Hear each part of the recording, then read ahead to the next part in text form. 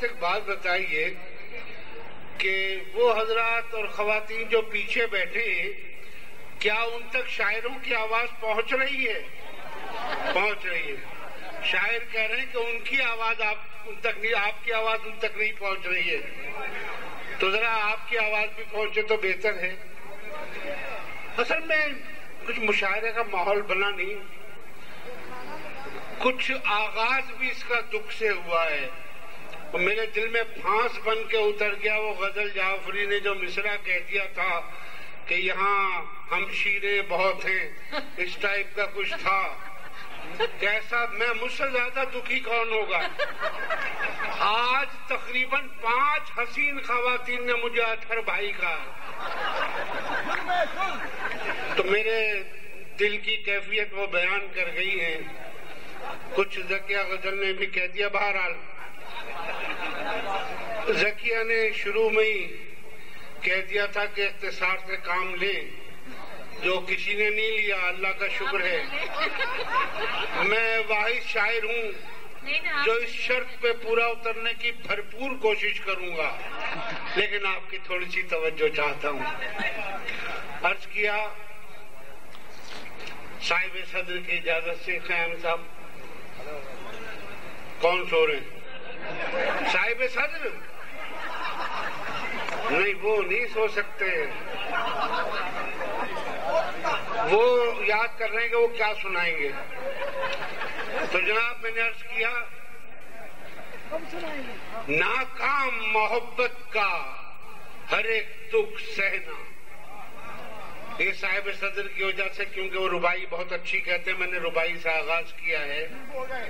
ناکام محبت کا ہر ایک دکھ سہنا، ہر حال میں انجام سے ڈرتے رہنا. ناکام محبت کا ہر ایک دکھ سہنا، ہر حال میں انجام سے ڈرتے رہنا. قدرت کا بڑا انتقام ہے جیدی، محبوبہ کی اولاد کا ماموں کہنا.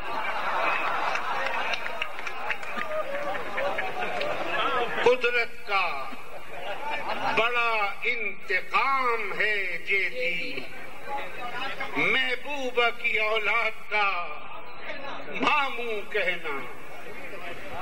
اور صاحب یہ بالکل نیا قطعہ پیش کر رہا ہوں آپ کی خدمت میں، پہلی بار یہ قطعہ عرض کیا ہے. ذرا توجہ حضرات. اچھا بھائی، اس کائنات میں کون سا ایسا مشاعرہ ہے جس میں آپ نہیں تھے؟ بہت اچھے. یعنی آپ کو میں کیا بتاؤں، حضرت آدم کی صدارت میں جو پہلا مشاعرہ ہوا یہ اس میں موجود تھے جہانگیر خان. جہانگیر خان صاحب موجود تھے اور قابیل کو بہت داد دی تھی انہوں نے. لیجیے تو میں عرض کر رہا ہوں، عرض کر گفتگو نہ شروع کرا دو بھائی، 1 گھنٹہ لگ جائے گا. عرض کیا میں نے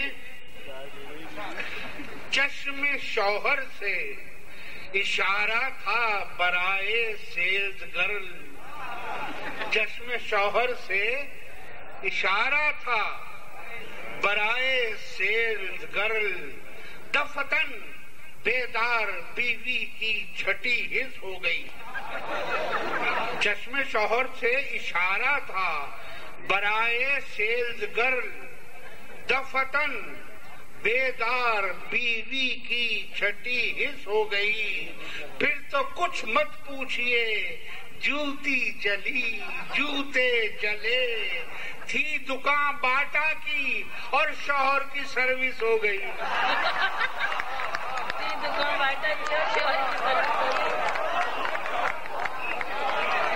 بڑی کمال کے. واہ واہ واہ، بڑی نوازش. بہت شکریہ.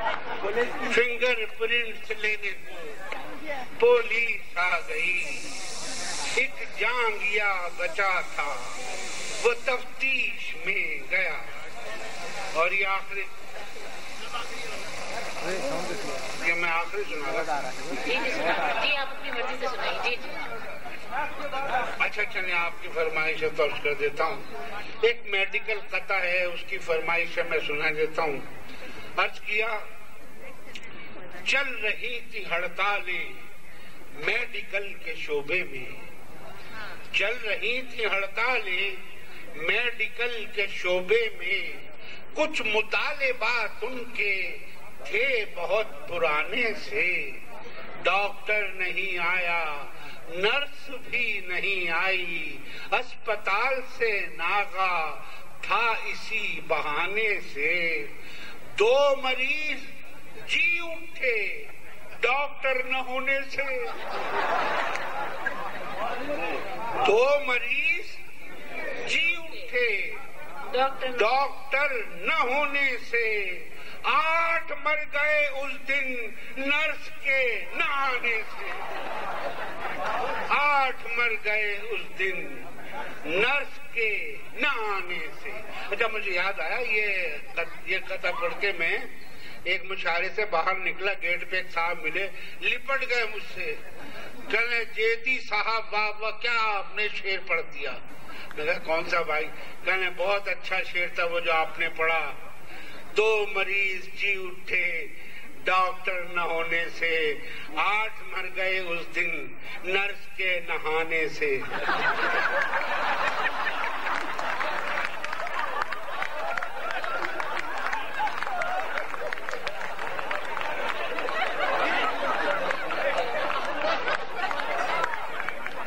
بہت شکریہ.